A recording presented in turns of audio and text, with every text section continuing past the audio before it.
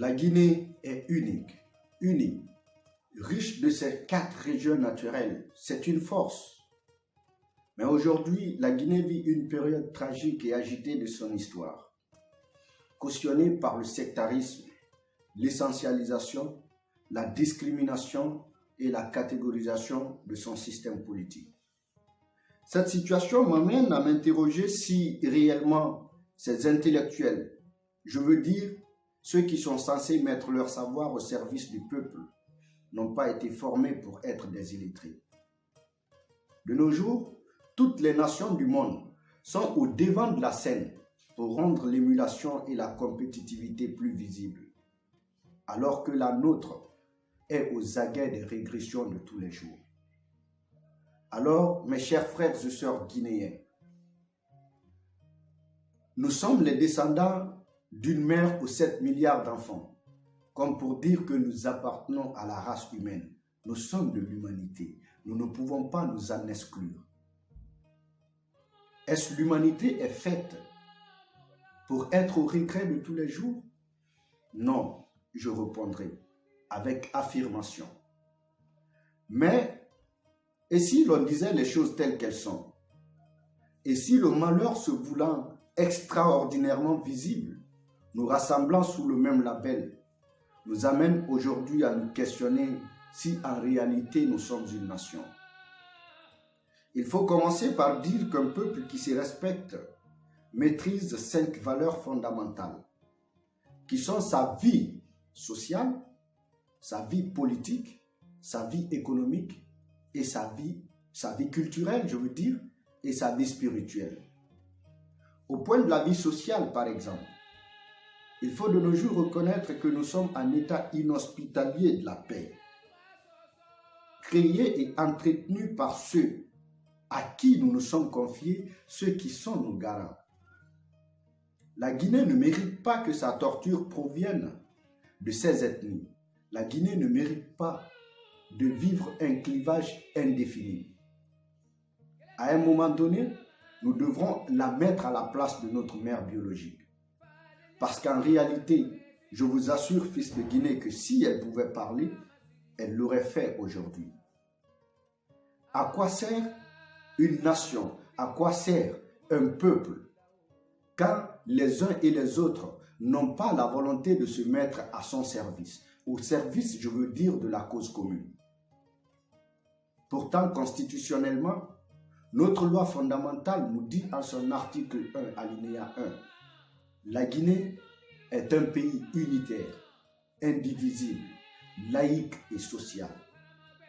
Si nos actions ne se mettent pas en adéquation, j'ai bien peur que cette vérité constitutionnelle ne soit tombée en désuétude. Alors, sauver le pays est de la responsabilité de toutes les communautés constituantes de notre nation. Quand on parle de nation, on parle de peuple unis et régis par la même histoire, n'est-ce pas, aspirant au même avenir et pensant que le développement escompté du pays est de la responsabilité de la contribution individuelle de chacun de nous. Je veux rappeler avec Nelson Mandela que chacun de nous a la responsabilité de faire grandir la paix en lui pour que la paix devienne générale. Alors, mes chers frères et sœurs, il ne sert à rien de s'exclure mutuellement pour des gens qui n'ont même pas le cran de nous reconnaître, alors qu'après tout, nous reconnaissons tous que nous ne sommes que politiquement divisés. Aujourd'hui, notre différence fondamentale est le fait que cette ethnostratégie instituée en tant que loi du jeu politique est aujourd'hui en train de nous faire des guerres fratricides les uns contre les autres. Antoine de Saint-Exupéry disait dans La Citadelle que si tu diffères de moi, mon frère, loin de m'enrichir, loin de me léser, mon frère, tu m'enrichis. Ça veut dire qu'il faut aider à la construction d'une nation fondée de tous les apports de toutes ses constituantes. Mais hélas, je reviens avec encore pas pour faire de la littérature, mais pour rappeler l'importance de la participation de chacun dans ce jeu. Avec le président Sékou Touré qui nous enseigne dans le tome 10 de l'Afrique en marche, en paraphrasant une des affirmations de Karl Marx, plus la conscience élargit son champ d'action, plus l'homme s'humanise en s'éloignant de la bête. Alors, notre éducation devrait être aujourd'hui à mesure de nous amener à cesser des guerres, à cesser des luttes pour des gens qui ont déjà fini de préparer leur carrière. Ils sont tous devenus des pouvoiristes et des carriéristes. Ils sont devenus des transfuges et des transhumants à cause de leurs poches et de leur famille. Alors que toi et moi souffrons dans notre vie quotidienne de tous les jours pour pouvoir joindre les deux bouts. À quoi sert, par exemple, de parler des indicateurs macroéconomiques à un peuple qui râle sous le poids de la misère de tous les jours? Je me dis que ça n'a pas de sens. Monsieur Keïta ne dira pas à Fanta, sa femme par exemple, que le pays a atteint l'initiative PPTE quand l'impact n'est pas visible dans la poche de Monsieur Keïta, quand Fanta et ses enfants n'ont pas de quoi mettre dans le ventre. Alors, il faut qu'on nous sorte des discours politiques, il faut qu'on nous sorte des rêves inatteignables pour que le pays puisse vivre dans cette stabilité. Il faudrait aujourd'hui reconnaître que la participation de la jeunesse, je veux dire, commence à prendre une ampleur considérable dans le jeu politique guinéen. Parce que si la jeunesse savait, la vieillesse pouvait. Au lieu qu'on nous dise aujourd'hui que nous constituons l'avenir de la Guinée, est-ce qu'il nous arrive de nous questionner ce qu'il en est de notre présent? Est-ce qu'il nous arrive de demander notre place, notre rôle et notre responsabilité dans la construction de notre unité?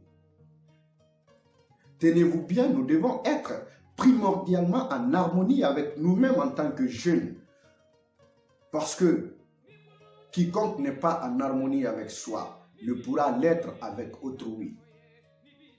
Et c'est l'ensemble des comportements individuels qui fondent le comportement social, donc qui entrent dans le cadre de la construction du développement tant attendu de la Guinée. La Guinée a tant souffert, la Guinée a tant subi. La Guinée est un pays qui ne mérite pas tous ces mots aujourd'hui. Mais comme une mère, je veux dire, meurtrie par sa propre progéniture, elle reste silencieuse comme une tombe. Elle garde sa position de mélancolie et de douleur de tous les jours. Je vous assure, je vous répète encore, fils de Guinée, que si la Guinée pouvait vous parler, elle l'aurait fait, parce qu'elle ne vous a pas mis en son sein pour que vous participiez à sa division. Alors, mes chers frères et sœurs, c'est un cri d'alarme. C'est un mea culpa que nous lançons d'emblée.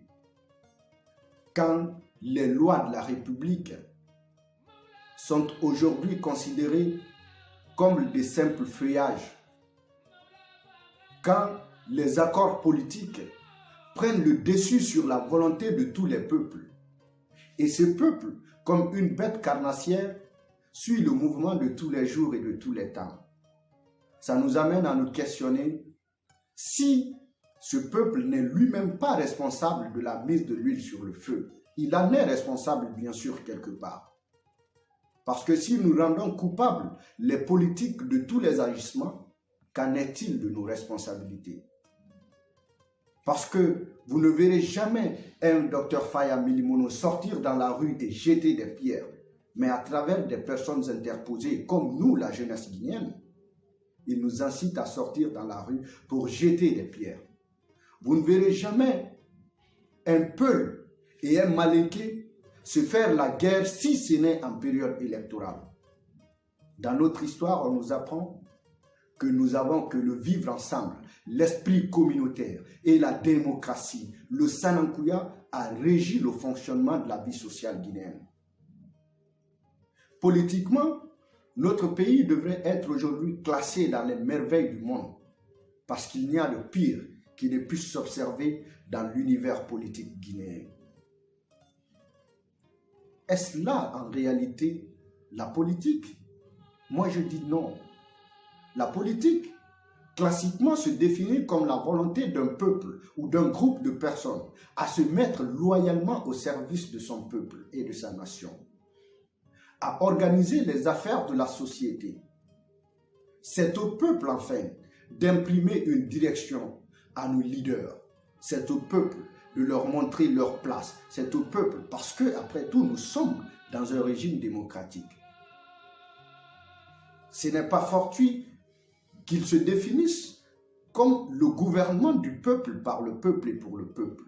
Alors, si le peuple ne sait pas qu'il est l'alpha et l'oméga de ce jeu, alors il perd sa responsabilité dans le jeu et la routine.